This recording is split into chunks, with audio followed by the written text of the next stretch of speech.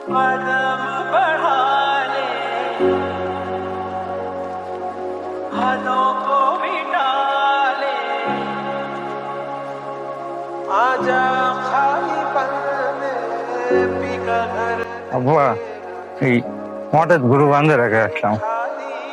তো বেটা ভালো করছো। তো ছোট ভাই কই?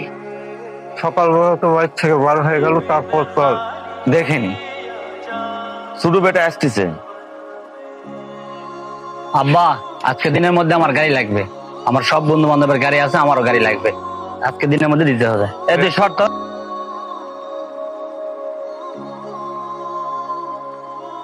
বাবা 2 দিন আগে তো গরুগুলা কিনলাম, তুই গাড়ি নিবি ভালো কথা, আগে বললে তো গরুগুলা কিনতাম না বাবা।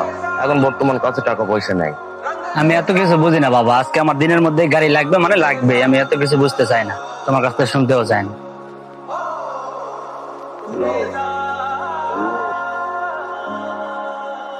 আব্বা আমার ওই প্রতিবন্ধী ভাতার জমানো যে টাকাটা আছে না, ওখানে অনেকগুলো টাকা হয়েছে, তুমি জানো না, তাই ওই টাকা যাতে দিয়ে আমার ছোট ভাই গাড়ি তুমি কিনে দাও।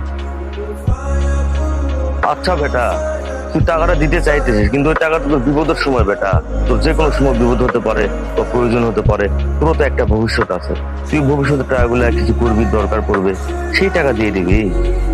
যতই কিছু হোক আব্বা, আমার ছোট ভাইকে আমি অনেক ভালোবাসি, ওর সুখ মানে আমার সুখ।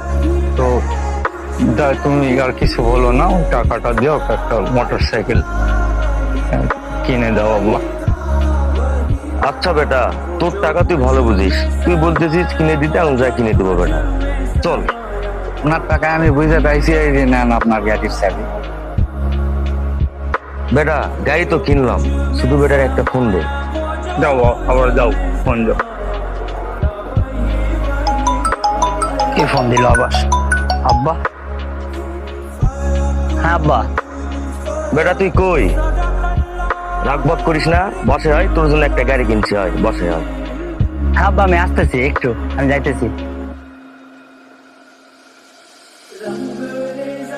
আব্বা তুমি আমার জন্য গাড়ি কিনছো কেমনে? তোমার কাছে নাকি টাকা ছিল না?